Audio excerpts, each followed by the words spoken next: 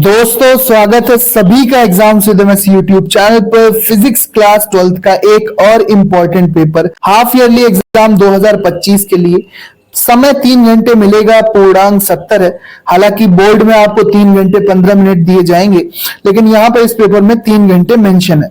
सभी प्रश्न करना अनिवार्य है। प्रश्न में आ, बा, सादा और या खंड है। खंड आ में बहुविकल्पीय प्रश्न है। प्रत्येक प्रश्न में प्रयुक्त प्रतीकों के जो भी साइन यूज किए गए हैं उनके सामान्य अर्थ हैं, जैसा कि आप भौतिक विज्ञान फिजिक्स में पढ़ते हैं। तो यहाँ पर आप देखेंगे, ये वीडियो शुरू करने से पहले आप ये वीडियो कौन से शहर कौन से गांव से देख रहे थे, अपने शहर या गांव का नाम कमेंट में जरूर लिखना। तो चलो शुरू करते हैं यहाँ पर इसी इंपॉर्टेंट पेपर को। सारे क्वेश्चन बोर्ड की दृष्टि से भी इंपॉर्टेंट होने वाले हैं। प्री बोर्ड और बोर्ड का पैटर्न भी समझ में आएगा। बहुविकल्पीय प्रश्न, एक खगोलीय दूरदर्शी की आवर्धन क्षमता 10, नेत्रिका की फोकस दूरी 20 है, अभिदृश्यक लेंस की फोकस दूरी क्या होगी। तो कुल 6 प्रश्न आएंगे बहुविकल्पीय। जो भी उत्तर आपको यहाँ पर निकल के आएगा न्यूमेरिकल सॉल्व करके या थ्योरी के अकॉर्डिंग आप उसका आंसर लिखेंगे। व्यतिकरण होने की आवश्यक शर्त नहीं है। A B C D 4 option दिए। 2 तरंगों की आवृत्ति बराबर होनी चाहिए। 2 तरंगों की कला संबद्ध स्रोत होना चाहिए। 2 तरंगों का आयाम बराबर होना चाहिए। अच्छे से पढ़ के जाना। अच्छे स्तर के क्वेश्चन आते हैं, सिंपल नहीं आते हैं, मीडियम आते हैं बहुविकल्पीय प्रश्नों में। कांच और जल के अपवर्तनांक वायु के संदर्भ में 3/2 4/3 है, तो कांच का जल के सापेक्ष अपवर्तनांक सिंपल सा सूत्र लगाएंगे, आ जाएगा। किरचॉफ का धारा नियम किसके संरक्षण पर आधारित है? आवेश के संरक्षण पर आधारित है।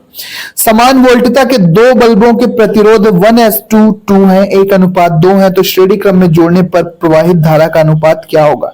बेहतरीन क्वेश्चन यहाँ पर निकल के सामने आएगा। जो भी आपका यहाँ पर सॉल्व हो गया है इस वीडियो में हम आपको पेपर दिखा रहे हैं, इसका सॉल्यूशन हम आपको जल्दी प्रोवाइड कराएंगे। समय कम है, सारे स्टूडेंट्स कह रहे हैं कि आप अलग अलग कोड के पेपर दिखाओ, तो मैं आपको अलग अलग कोड के प्रैक्टिस पेपर, इंपॉर्टेंट क्वेश्चंस के पेपर मैं आपको प्रोवाइड कर रहा हूं। सॉल्यूशन भी हम आपको प्रोवाइड कराएंगे। प्रकाशिक तंतु से क्या अभिप्राय है? यहाँ पर अब ये क्वेश्चन स्टार्ट हो जाते हैं, 1-1 नंबर 2-2 नंबर वाले। प्रकाश की द्वैती प्रकृति से क्या तात्पर्य? जो प्रकाश की कण और तरंग प्रकृति होती है। 2 वोल्ट तक विभवांतर से आवेशित 10 माइक्रोफैरेड धारिता के संधारित्र की स्थितिज ऊर्जा निकालिए। अगला प्रश्न है कि एक अवतल लेंस की प्रत्येक पृष्ठ की वक्रता त्रिज्या 30 सेंटीमीटर तथा अपवर्तनांक 1.5 है, इसकी फोकस दूरी निकालिए। अगला विद्युत क्षेत्र की तीव्रता की परिभाषा और मात्रक याद ही होगा। एक इलेक्ट्रॉन और एक प्रोटॉन समान विभव से त्वरित किए जाते हैं, इनमें किसका वेग अधिक होगा?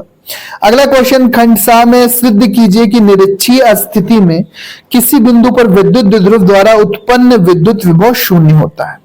ये आप यहाँ पर न्यूमेरिकल के माध्यम से करेंगे।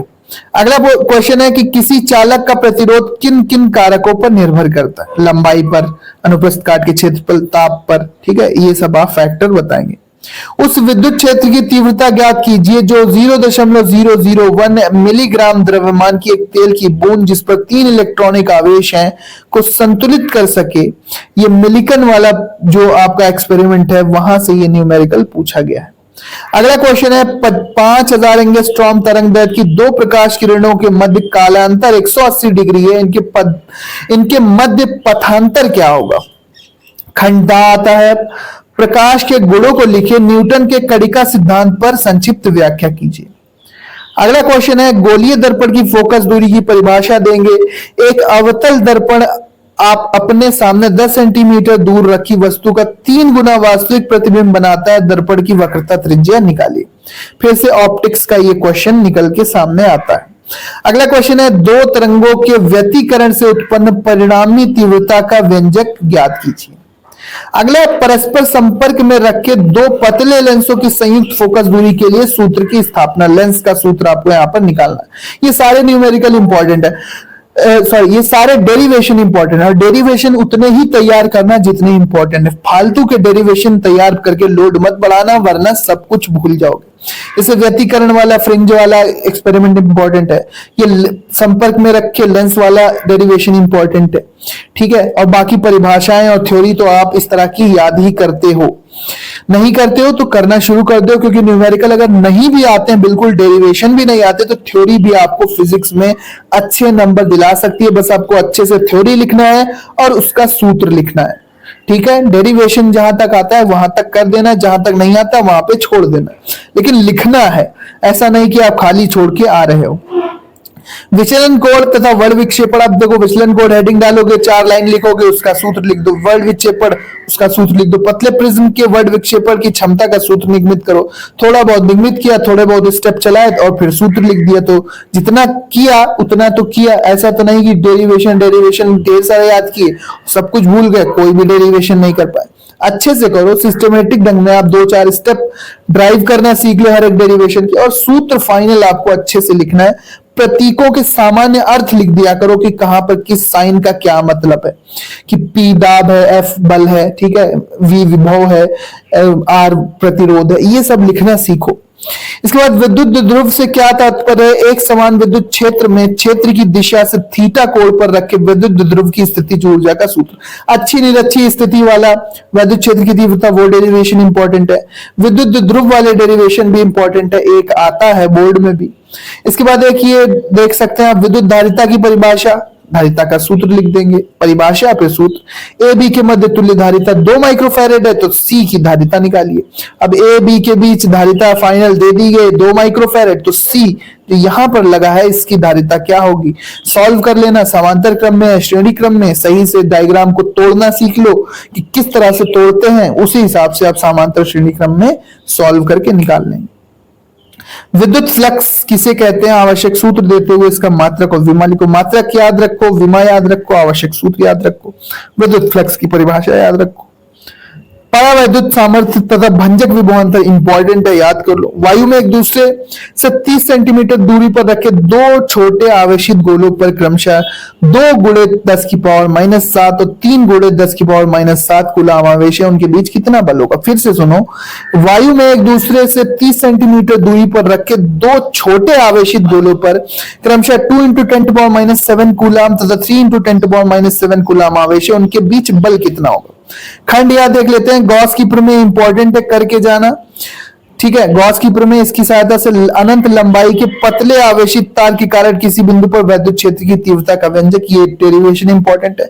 नहीं आता तो विद्युत ध्रुव की अच्छी स्थिति में किसी बिंदु पर विद्युत क्षेत्र की तीव्रता का व्यंजक, ये इंपॉर्टेंट है। फिर क्वेश्चन आता है, 7 सिद्ध कीजिए कि प्रिज्म के माध्यम का न्यूनतम विचलन स्थिति में अपवर्तनांक कितना होता है? n बराबर sin a plus sin by 2 और sin a बाई 2 होता है। ये सूत्र आपको इस के अकॉर्डिंग करना है।